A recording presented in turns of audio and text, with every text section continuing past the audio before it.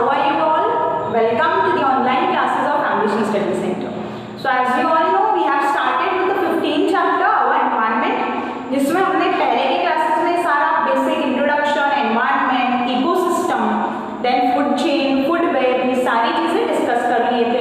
थोड़ा सा क्विकली उसको रिवाइज करते हैं. लास्ट क्लास में हमने फूड चेन पढ़ा था. फूड चेन मतलब हाउ बेसिकली इफ वी से हु ईट्स whom, कौन किसको कंज्यूम कर रहा है. हमको पता है हर लिविंग ऑर्गेनिज्म एक दूसरे पे डिपेंडेंट होता है फूड रिक्वायरमेंट के लिए. तो कौन किसको कंज्यूम कर रहा है उसका अगर हम एक चेन बनाए तो उसको कहा जाता है फूड चेन, जिसमें 4 ट्रॉपिक लेवल्स होती है. ट्रॉपिक लेवल्स मतलब क्या, कौन सा ऑर्गेनिज्म को किस लेवल पे फूड मिल रहा है. जिसको सबसे पहले फूड मिलेगा फर्स्ट ट्रॉपिक लेवल.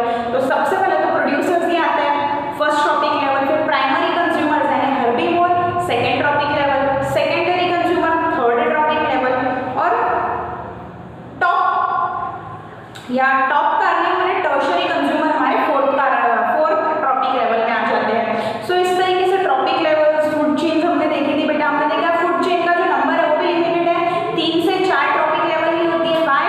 बिकॉज जो एनर्जी अवेलेबल है वो 4 ट्रॉपिक लेवल के बाद में जो यूजेबल एनर्जी है वो बहुत कम बच जाती है.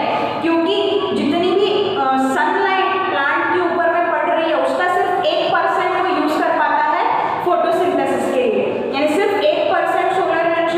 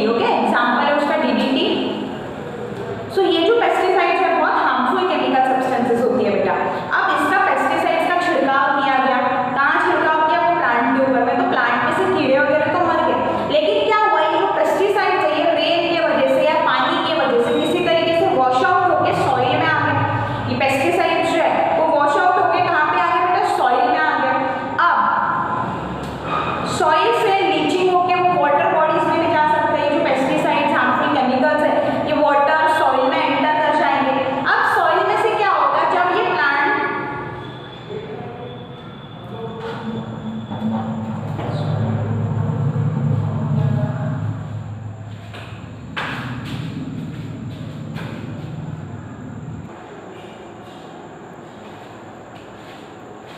चलो थोड़ा सा टेक्निकल इशू हो गया था बेटा। सो कहाँ पे थे अपन,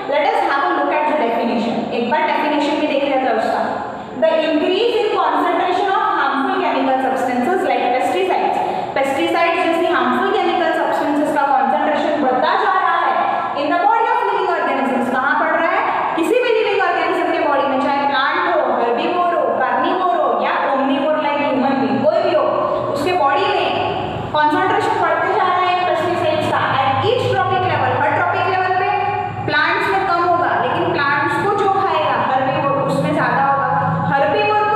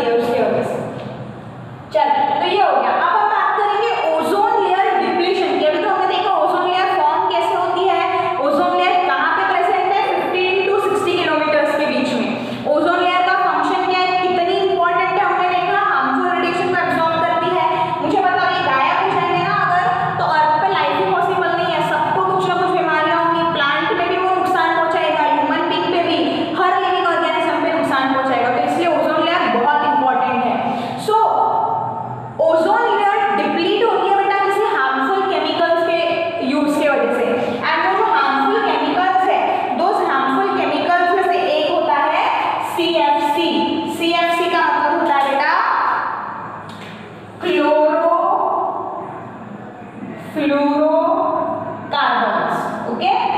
क्लोरोफ्लोरोकार्बन्स एक कंपाउंड है, शॉर्ट फॉर्म है इसका CFC। CFC जो है वो क्या करता है, अगर ये ओजोन लेयर है, यहाँ पे अगर CFC का मॉलिक्यूल आ गया, यहाँ पे अगर CFC का मॉलिक्यूल आया तो वो ओजोन लेयर को डिस्ट्रॉय कर देता है, ओजोन लेयर डिस्ट्रॉय हो जाएगी। वहां समझ में आ रहा है, ओजोन लेयर डिस्ट्रॉय हो जाएगी। डिप्लीट होना मतलब खत्म होना, डिस्ट्रॉय होना, नष्ट होना, पतली हो जाना, थिन होते चले जाना। कौन करता है थिन? उसको CFC, क्लोरोफ्लोरोकार्बन्स। तो अब ये क्लोरोफ्लोरोकार्बन्स कहाँ पे प्रेजेंट होते हैं? तो अर्लियर जो है ना क्लोरोफ्लोरोकार्बन्स यूज किए जाते थे बेटा रेफ्रिजरेटर में, जो हमारे घर में फ्रिज होती है ना उसमें, एयर कंडीशनर AC में ये यूज किए जाते हैं, कूलेंट के जैसे। कूलेंट मतलब जो ठंडा हवा प्रोड्यूस करता है ना, रेफ्रिजरेंट भी उसको कहा जाता है। एज अ कूलेंट या as a refrigerant CFC use किए जाते थे। कहाँ पर? रेफ्रिजरेटर्स में, एयर कंडीशनर्स में, या उसके अलावा जो ऐसे एरोसोल की बॉटल होती है ना, मतलब जो कैन्स होती है, टिन्स होते हैं स्प्रे वाले, जैसे रूम फ्रेशनर वगैरह, तो उसमें भी ये यूज किया जाता था। तो बाद में ऐसा पता चला कि ये जो CFC है ये जाके ओजोन लेयर को नष्ट कर रहे हैं, डिस्ट्रॉय कर रहे हैं, और ओजोन लेयर को डिस्ट्रॉय करना हम अफोर्ड नहीं कर सकते हैं। इनकी वजह से ओजोन लेयर की जो थिकनेस है वो कम कम होती जाती है, ओजोन लेयर और पतली होती जा रही है, और एक समय आएगा कि ओजोन लेयर गायब भी हो जाएगी, तो अर्थ पे लाइफ भी पॉसिबल नहीं होगी। तो फिर क्या किया गया, ये जो है यूनाइटेड नेशंस, फुल फॉर्म क्या है इसका? यूनाइटेड नेशंस एनवायरनमेंट प्रोग्राम, ठीक है। यूनाइटेड नेशंस एनवायरनमेंट प्रोग्राम में एक एग्रीमेंट साइन किया गया इन 1987, जहां पे यूज ऑफ क्लोरोफ्लोरोकार्बन को बैन कर दिया। यानी अभी जो भी रेफ्रिजरेटर्स या एयर कंडीशनर्स बनते हैं उसमें CFC यूज नहीं किया जाता है। क्यों? क्योंकि वो ओजोन लेयर को डिस्ट्रॉय कर रहा है बेटा, है ना। तो इस तरीके से एक एक्चुअली में ओजोन लेयर में होल क्रिएट हो चुका है बेटा, जहां से ओजोन लेयर पूरी तरीके से डिप्लीट हो चुकी है, गायब हो चुकी है, या बहुत ही थिन ओजोन लेयर वहां पे है। ऐसा ओजोन होल जो है वो एंटार्क्टिका के ऊपर में जो ओजोन लेयर है ना वहां पे क्रिएट हुआ है, लेकिन वो ज्यादा उतना हार्मफुल नहीं है। क्यों? क्योंकि एंटार्क्टिका में ज्यादा पॉपुलेशन प्रेजेंट नहीं है। लेकिन अगर ऐसे ही ओजोन लेयर में हर जगह पे होल हो जाए तो क्या होगा? You all know, life will not be able to be survive, okay. Life survive नहीं कर पाएगी। सो इसलिए जो क्लोरोफ्लोरोकार्बन्स हैं जो डिप्लीट करते हैं, किसको डिप्लीट करना मतलब डिस्ट्रॉय करना, थिन बनाना, पतला पतला बनाते हैं, वो किसको? ओजोन लेयर को, यानी O3 को खत्म करेंगे, डिस्ट्रॉय करेंगे, तोड़ेंगे। तो उसका यूज ही बैन कर दिया गया 1987 से। So this was all about your ozone layer, और वो किस तरीके से डिप्लीट हो रही है, और हम ये सारी चीजें CFC वगैरह यूज करना क्यों बैन हो गया है, वो सारी चीजें अभी हमने यहाँ पर देखी है बेटा, ओके। चलो नेक्स्ट टॉपिक देखते हैं, managing the garbage we produce. यानी जो गार्बेज प्रोड्यूस होता है उसको किस तरीके से हम मैनेज कर सकते हैं वो अभी हम देखते हैं बेटा, okay.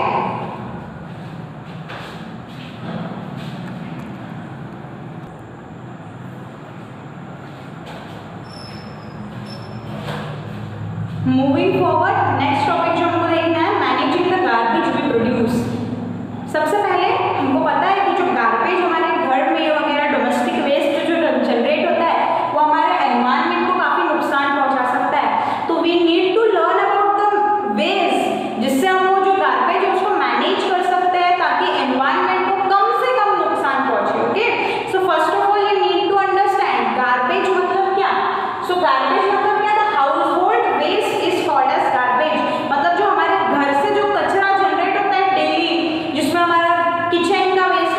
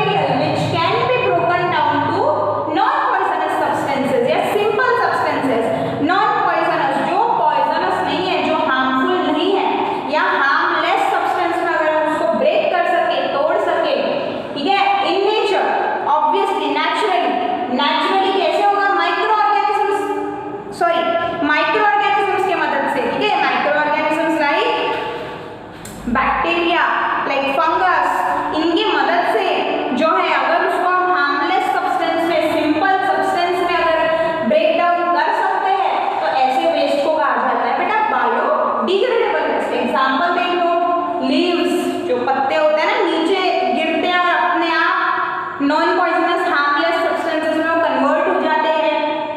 Paper, grass, fruit peels etcetera, ये जो सारी चीजें ये आ जाती है हमारी जूट, ये सारी चीजें आ जाती है हमारी बायोडिग्रेडेबल वेस्ट में, जो अपने आप हार्मलेस में कन्वर्ट हो जाते हैं, ठीक है, डिग्रेड हो जाते हैं, सड़ जाते हैं, ओके, खराब हो जाते हैं अपने आप। सो उसको कहा जाता है बायोडिग्रेडेबल वेस्ट। जनरली इसमें ऑर्गेनिक सब्सटेंसेस आती है, मतलब जो कहीं ना कहीं प्लांट या एनिमल से डिराइव हो, जैसे कि बोन्स, ये सारी चीजें एनिमल की, ये सारी बायोडिग्रेडेबल है।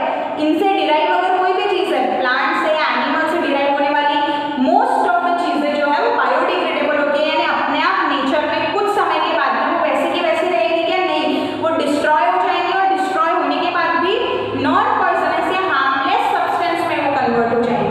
ऐसे वेस्ट को कहा जाता है बायोडिग्रेडेबल वेस्ट, ये हमें बहुत अच्छी तरीके से पता है। दूसरा होता है नॉन बायोडिग्रेडेबल वेस्ट, इसको सिंपली हम क्या बोलेंगे, सेम डेफिनेशन रहेगा, the waste material which can not be broken down. Difference कहाँ पे आएगा, जिसको हार्मलेस या नॉन पॉइजनस, जो पॉइजनस नहीं है, ऐसे चीज में कन्वर्ट नहीं किया जा सकता है नेचुरली, या नेचर में वो अपने आप कन्वर्ट नहीं होती है, माइक्रो ऑर्गेनिजम्स का उन पे कोई इफेक्ट नहीं पड़ता है, वो वैसे की वैसे सालों साल पड़ी हुई रहती है, ऐसे सब्सटेंसेस को हम क्या कहते हैं, नॉन बायोडिग्रेडेबल सब्सटेंसेस हम उन्हें कहते हैं बेटा, they are not broken down, उसको कहेंगे नॉन बायोडिग्रेडेबल सब्सटेंसेस। वो इनर्ट है, इनर्ट मतलब उस पर किसी भी चीज का कोई फर्क नहीं पड़ता है, उसको कुछ भी डाल लो आप, उसको फर्क नहीं पड़ता है, या सिंपली वो बहुत persist in the environment for a long period of time, यानी एनवायरनमेंट में काफी ज्यादा समय के लिए वो वैसी की वैसी रहती है। हाँ, अगर डिग्रेड होंगी भी तो शायद उसको हजारों साल लग जाए। तो ये जो सारी चीजें नॉन बायोडिग्रेडेबल चीजें जो है वो नुकसान पहुंचाती है इकोसिस्टम के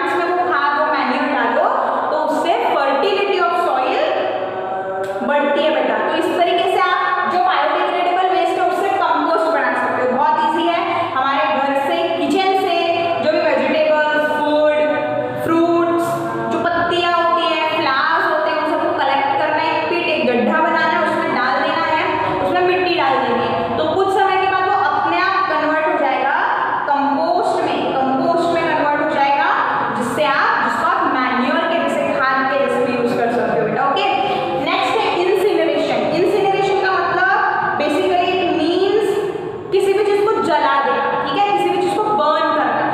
इतना सारा कचरा है, उसको अगर हमने बर्न कर दिया तो एशेस जो है, एश मतलब राख। इंसिनरेशन का मतलब बेसिकली होता है बर्निंग, बर्न करना, और बर्न करके क्या बन जाएंगे वहाँ पे एशेस। एशेस मतलब राख में वो कन्वर्ट हो जाएंगी, और ये राख जो है उसको हम फिर इजीली डिस्पोज कर सकते हैं, तो वो आ जाता है इंसिनरेशन में। हाँ, इससे पॉल्यूशन वगैरह हो सकता है क्योंकि हम बर्न कर रहे हैं, तो वहाँ पे कार्बन डाइऑक्साइड बनेगी, लेकिन उतना भी ज़्यादा पॉल्यूशन नहीं होता है।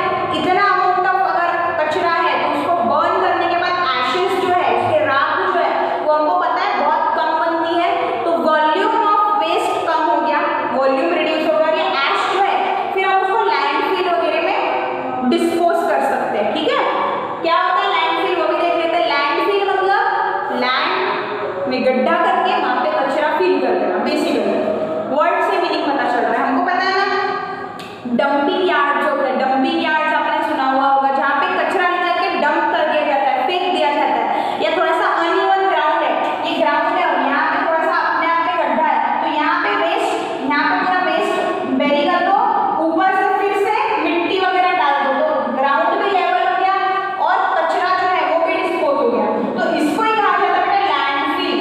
या फिर अगर ऐसा नहीं है तो गड्ढा खोदो पहले, कहाँ पे, ऑब्वियसली ये जो चीजें हैं लैंडफिल की जो साइट्स है वो रेसिडेंशियल एरिया से दूर होती है, रहवासी इलाके से दूर होती है बेटा, यानी जहाँ पे लोग रहते नहीं है, जहाँ पे घर नहीं होते हैं, ऐसे जगह पे लैंडफिल किया जाता है, क्योंकि वहाँ से फिर गंदी स्मेल वगैरह भी आती है, क्योंकि वहाँ पे सब पूरे सिटी का कचरा आके डंप किया जाता है। डंपिंग ग्राउंड्स होते हैं, डंपिंग यार्ड्स होते हैं, तो आउट ऑफ सिटी या रेसिडेंशियल एरिया से वो दूर होते हैं। तो लैंडफिल भी बहुत सिंपल सी चीज है, सॉलिड वेस्ट वगैरह जो है वो लैंड में गड्ढा खोदा जाता है, उसमें ये वेस्ट बेरी कर दिया जाता है, डाल दिया जाता है, उसको ऊपर से फिल कर दिया जाता है, बंद कर दिया जाता है। ओके, तो वही चीज हम देखी, इंसिनरेशन में भी बर्न करेंगे और ये एशेस को फिर हम इसे लैंडफिल में वगैरह डाल देंगे। तो इतना ज्यादा कचरा कहीं पे गड्ढा खोद के डालने से बेटर है कि उसको पहले इंसिनरेशन से बर्न करें और थोड़ी सी एशेस हम वहाँ पे क्या करें, लैंडफिल में बेर करें। Okay, and last is your sewage treatment. Sewage मतलब क्या, सीवेज मतलब जो हमारे घर से, वॉशरूम से जो वेस्ट जनरेट होता है, जिसमें आपका urine and faeces are included in sewage. Okay, so अगर ये हमारे घर से पाइपलाइंस के थ्रू जो कचरा है, ये जो सीवेज है, ये पाइपलाइंस के थ्रू अल्टीमेटली कहाँ पे जाएगा, रिवर में जाएगा। अब मुझे बताओ, ये ऐसा अगर सीवेज हमारे घर का डायरेक्टली रिवर में हम छोड़े तो वो वाटर बॉडीज को पोल्यूट करेगा, और कहीं ना कहीं वो अगेन फूड चेन में एंटर कर जाएंगे ये वेस्ट। वहाँ पे एक्वाटिक लाइफ डिस्टर्ब होंगी, वहाँ पे दूसरे एनिमल्स पानी पीने के लिए आते हैं, उनको नुकसान होगा, और कहीं ना कहीं ह्यूमन बींग्स को भी उसका नुकसान पहुंचेगा। तो उसके लिए सीवेज ट्रीटमेंट प्लांट्स होते हैं। ओके, सीवेज ट्रीटमेंट प्लांट्स होते हैं, जहाँ पर जो सीवेज है सबसे पहले उसको ट्रीट किया जाता है। ट्रीट करना मतलब क्या, हार्मफुल से हार्मलेस बनाना। बेसिकली ट्रीट करना मतलब क्या, हार्मफुल से हार्मलेस बनाना, यानी सीवेज को ट्रीट किया जाता है प्रॉपर्ली, इसमें से हार्मफुल चीजें निकाल दी जाती है, जो ऑर्गेनिक वेस्ट है उसमें प्रेजेंट, वो ऑर्गेनिक वेस्ट को भी डाइजेस्ट किया जाता है। डाइजेस्ट मतलब उसको माइक्रो ऑर्गेनिज्म से ट्रीट करेंगे, तो जो ऑर्गेनिक वेस्ट है, माइक्रो ऑर्गेनिज्म उसको डिकम्पोज कर देंगे, सड़ा देंगे, तो वो भी खत्म हो गया, गैस में कन्वर्ट कर देते हैं उसको, और वो गैस को भी फ्यूल के जैसे यूज किया जा सकता है। ठीक है, बायोगैस वगैरह उसको कहते हैं।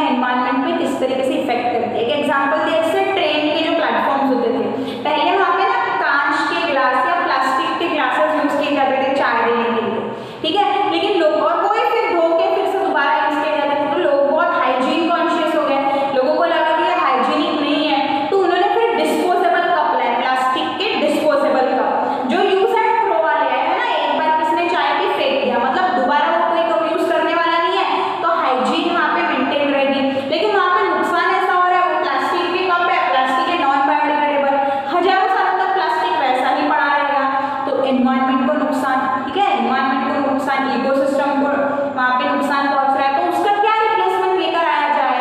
तो पहले तो हम कांच के वो कप यूज करते थे, हाइजीन की वजह से हम प्लास्टिक के कप यूज करने लगे, फिर कुल्हड़ यूज करने लगे, है ना, क्योंकि प्लास्टिक भी जो था वो क्या था, नॉन बायोडिग्रेडेबल था, तो और मिट्टी के बने हुए वो, लेकिन उससे क्या हुआ, मिट्टी के इतने सारे कुल्हड़ बनाएंगे तो उससे क्या होगा, जो फर्टाइल सॉइल है, जो अच्छा सॉइल है, वो खत्म होते जाएगा और फिर एग्रीकल्चर में दिक्कत आएगी, तो वो भी एक दिक्कत थी कुल्हड़ के यूज में। तो फिर लोगों ने क्या किया, पेपर के बने हुए कप्स अभी हम यूज करते हैं ना, जो प्लास्टिक के कप्स नहीं होते हैं, पेपर के कप्स होते हैं जिसमें चाय बाटी जाती है, तो अभी वो यूज एंड थ्रो वाले में तो है, लेकिन पेपर कैसा है, बायोडिग्रेडेबल, मतलब अगर वो कप में किसी ने चाय पी के इधर बाजू में फेंक भी दिया तो कुछ समय के बाद वो फिर से अपने आप ही बेटा डिस्पोज हो जाएंगे, क्योंकि हमको पता है बायोडिग्रेडेबल अपने आप में वो सड़ जाता है, माइक्रो ऑर्गेनिजम्स, वाटर, ये सारी चीजें मिलके उसको डिग्रेड कर देती है, नॉन पॉइजनस यानी हार्मलेस चीज में उसको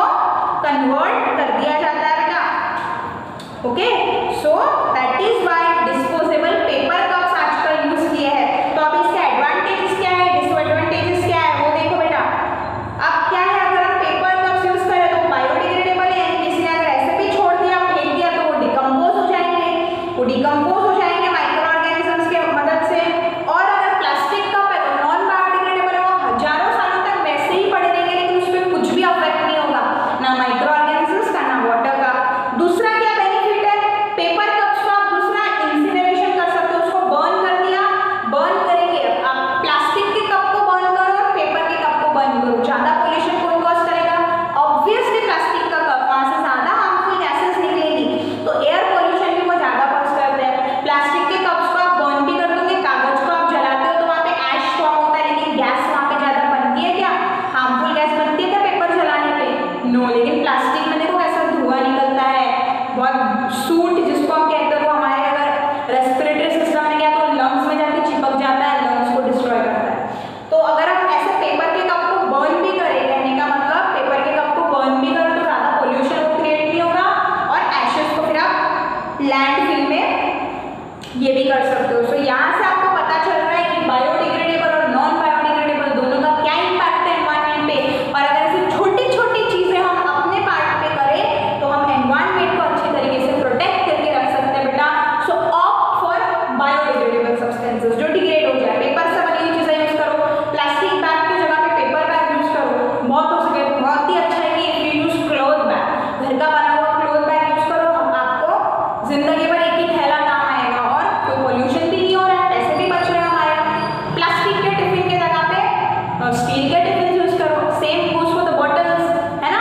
तो ऐसी छोटी छोटी चीजें हम हमारे पार्ट पे ले सकते हैं, जो बहुत बड़ा एक रोल वहाँ पे प्ले करेगी, हम कर रहे हैं, हमको देख के कोई एक और इंस्पायर हो गया है ना। जैसे अगर मैं बात कर रही हूँ प्लास्टिक के कप्स की, अब ऑल ओवर द इंडिया अगर लोग प्लास्टिक के कप की जगह पेपर के कप यूज कर रहे हैं तो बहुत बड़ा वो एक इम्पैक्ट हो गया बेटा। लेकिन पहली बार किसी ना किसी ने ये चेंज तो किया होगा ना, प्लास्टिक टू पेपर कप्स का।